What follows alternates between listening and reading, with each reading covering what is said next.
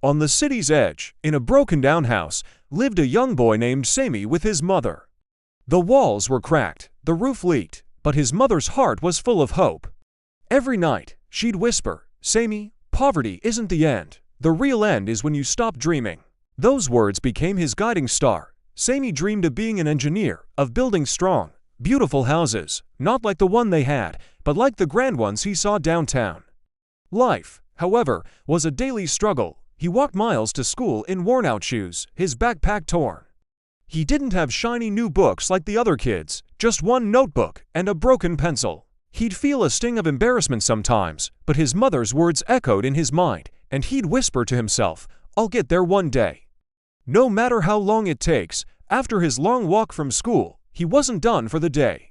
He worked at a small bakery, his small hands carrying trays of bread to earn a few coins for his mother. The nights were his own. While the rest of the world slept, Sami studied. Under the dim, flickering light of an old lamp, with tired hands and heavy eyes, he chased his dream.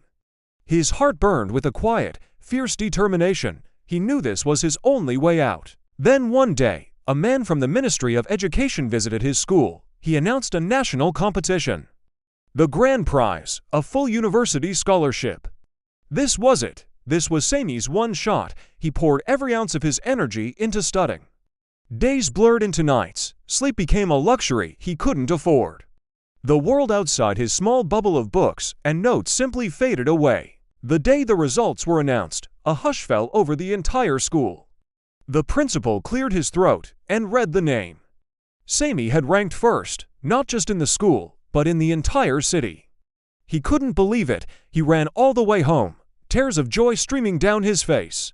His mother wrapped him in a tight hug, her own eyes wet with pride. "You see, my son," she said softly, "God never forgets those who keep trying." With his scholarship, Sami traveled to the capital to study engineering.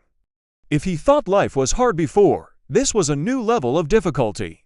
He lived in a tiny, cold room, working grueling part-time shifts in restaurants to survive.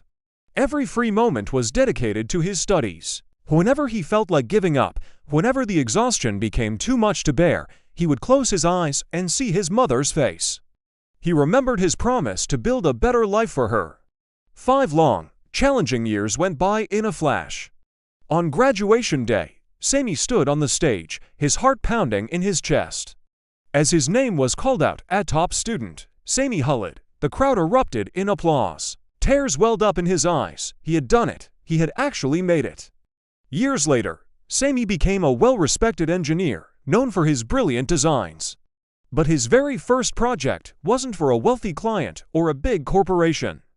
He returned to the exact spot where his old, broken house once stood and built a beautiful, strong home. He placed the key in his mother's hand and said, "This isn't just a house, Mom, it's our dream."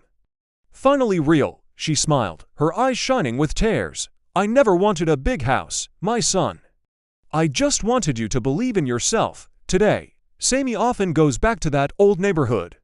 He gathers the children around him, looks into their hopeful eyes, and shares his story. "I was once just like you," he tells them. "Poor, a little scared, and sometimes lost, but I never, ever stopped dreaming." Don't let your circumstances decide your future. You decide it. Thank you for watching.